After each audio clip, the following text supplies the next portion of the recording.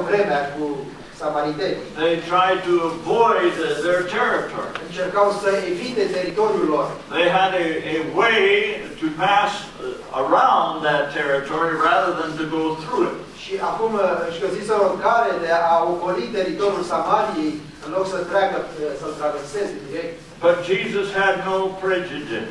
Dar Domnul Iisus nu avea niciun fel de prejudecată. His heart was open to all people. Inima lui era deschisă pentru tot felul de oameni. And in verse 4 it said he had to pass through Samaria. Și în versetul 4 se spune că el trebuia să treacă prin Samaria. There were two reasons that he had to pass that way. Trebuia să treacă prin Samaria pentru două motive. First of all, he said that he did nothing except he saw it first from his father. Mai întâi de toate, el a spus că nu face nimic altceva decât ceea ce îi spune tatăl să facă. He was totally subject to the will of his father. Acum era supus în totalitate voiei tatălui său. He was on a time schedule. El avea un program. And that was given to him by his father. Și acesta îi fusese dat de către tatăl lui. For that reason, he had to pass through Samaria. Și din acest motiv, el trebuia să treacă prin Samaria. That is, it was the will of the father that he should go into that Asta territory. înseamnă că era voia tatălui ca el să treacă prin teritoriul Samariei. God, in three persons, was interested in the Samaritan. Dumnezeu, în trei persoane, era interesat în situația din Samaria. And so Jesus entered that territory. Așa că Domnul Iisus intră în acest teritoriu. The second reason, I believe, Al doilea motiv, cred eu, that Jesus must go through that territory pentru care Domnul Iisus trebuia să treacă prin Samaria, is because he is hearing the bleating of a lost sheep. este pentru că el aude pe hăitul unei oi pierdute. He never can ignore that cry. Și el niciodată nu poate să ignore strigătul acesta. To this day, he cannot ignore this cry. Până în ziua de astăzi, el nu poate să ignore strigătul acesta. He sent William Carey to India El l-a trimis pe William Carey în India to observe how young widows were burnt along with their husbands. ca să vadă și să asiste la acele evenimente în care soțiile văduve erau arse împreună cu cel mort. That was the custom in India. Acesta era obiceiul în India. The old husband would die, Dacă murea soțul, and they would take the young live widow o lua pe văduva cea tânără and burn her along with her husband. și o ardea împreună cu trupul soțului. Now that touches the heart of God. Asta atinge inima lui Dumnezeu.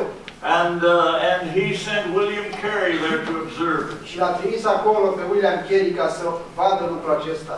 And William Carey in time found a way to have this practice outlawed. Și după ceva vreme, William Carey a reușit să oprească această practică. I believe that one of the reasons that God led Paul to Philippi, Eu cred că unul dintre motivele pentru care Dumnezeu l-a trimis pe Pavel la Filipi, he wanted to go into Asia Minor. atunci când voia să meargă în Asia Minoră, He wanted to go into Bithynia. apoi a vrut să treacă în Bitinia, The Spirit of God wouldn't allow it. dar Duhul lui Dumnezeu nu-i permitea. And there were a number of reasons why. Și erau mai multe motive. But one of the reasons is this. Dar unul dintre acestea era următorul. There was a girl there who had a spirit of divination. Acolo se afla o fată care avea un duh de ghicire. She was being manipulated by men who, with a love for money. Această fată era manipulată de niște oameni care iubeau banii. It was all right with them that this girl was suffering. Și ei n-aveau nicio problemă că fata aceasta suferea. As long as she was useful to them. Atâta timp cât ea le aducea profit.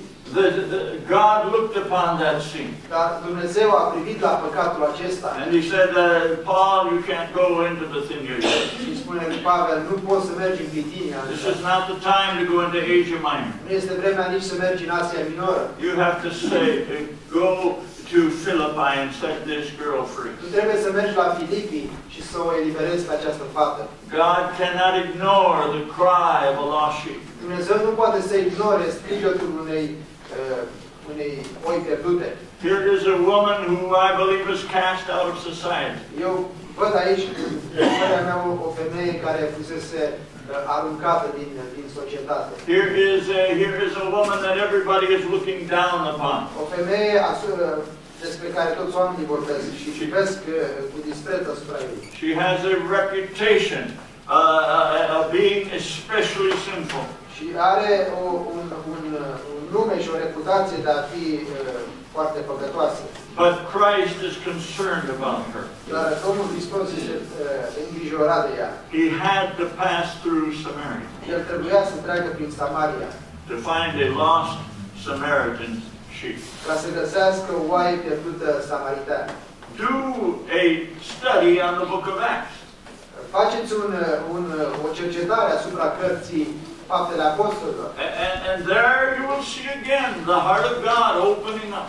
Și acolo din nou veți vedea inima lui Dumnezeu cum se deschide. From chapter 1, Jesus commands his disciples. De la capitolul 1, când Domnul Iisus le poruncește ucenicilor. And says you will receive power.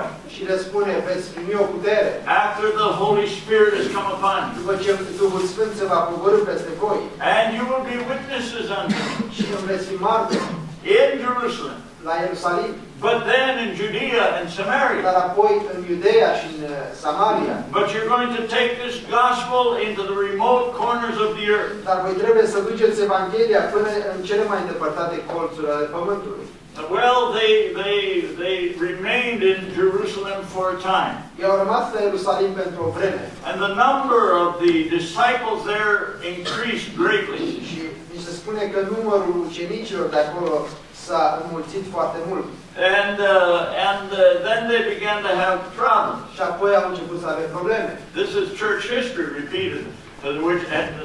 Church history repeats this again and again. Și vedem lucrul acesta întâmplându-se mereu și mereu în istoria bisericii. There is a move of God.